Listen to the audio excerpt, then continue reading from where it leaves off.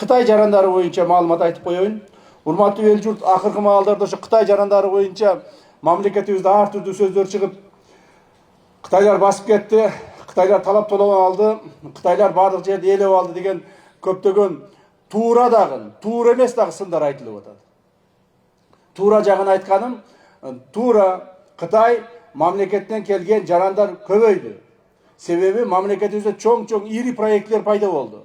Мамлекетибизге башка мамлекеттер ишенич көрсөтүп, биздин мамлекетке дагы ири проекттерди курса болор экенин, ошондо талап тонолбой калар экенин, мамлекетти инвестиция алып келсе болор экенине башка мамлекеттер ишенди.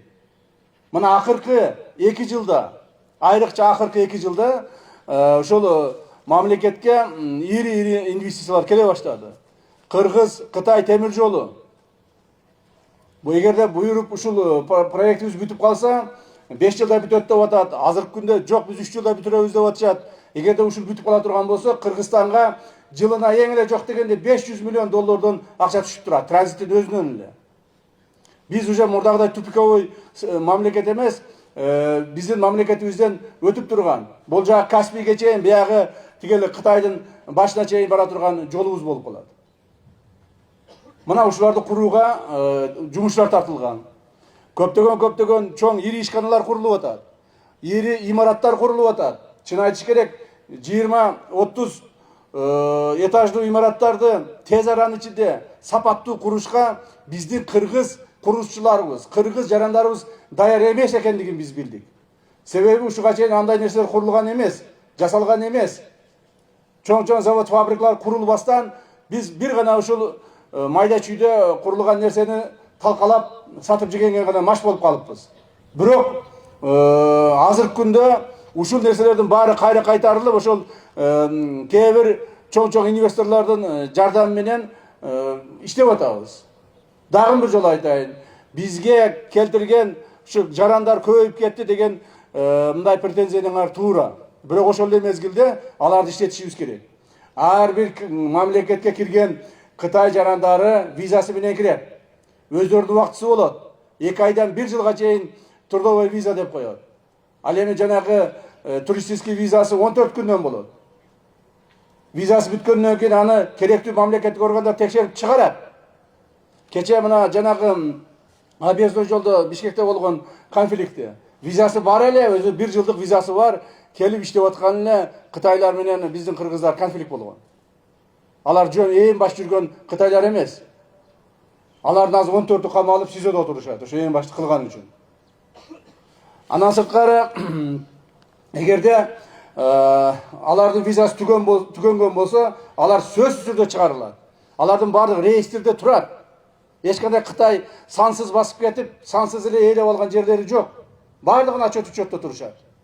Ал эми аны кээ бир жанагы деструктивдүү адамдар туура эмес пайдаланышып, туура эмес чыгарып атышат. Ушуга көңүл буруп коюңуздар. Мен бир мисал айтып кетейин, өзүм интернеттен көрүп калдым, бир жигит ыйлап атат.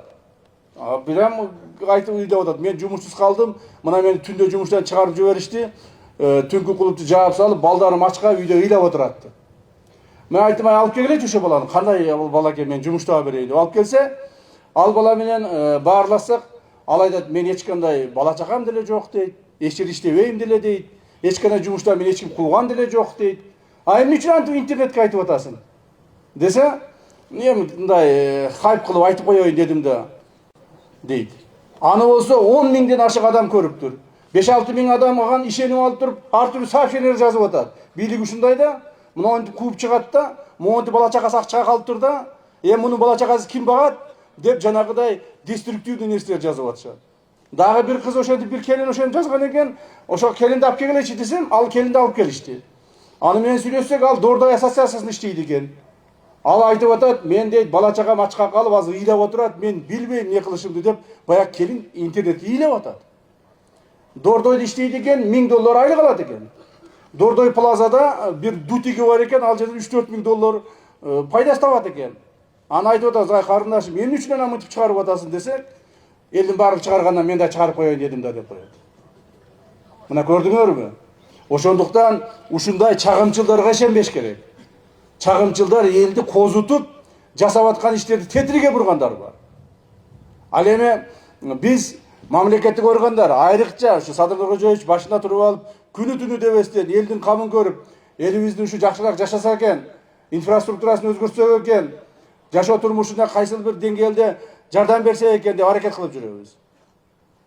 Урматтуу эл журт, Кытай жарандары боюнча ошон үчүн эч кандай кыжаат болбоңуздар. Эч кандай Кытай каптап кетпейт. Мына биз турабызбы, эч кимди каптатпайбыз. Биз дагы силерге окшогон эле патриотторбуз, мекенчилдербиз. Элибизди, журтубузду сүйөбүз, Кыргызстаныбызды сүйөбүз. Кыргызстаныбыздын ар бир ташыны кымбат карайбыз. Ошондо эч кыжаат болбоңуздар, Кудай кааласа. Кытай жарандары бизди каптабайт, алар иштегенин иштейт, курганын куруп берет, кайра убагында чыгып кетишет. Муну биз мамлекеттик органдар гарантия менен карап турабыз.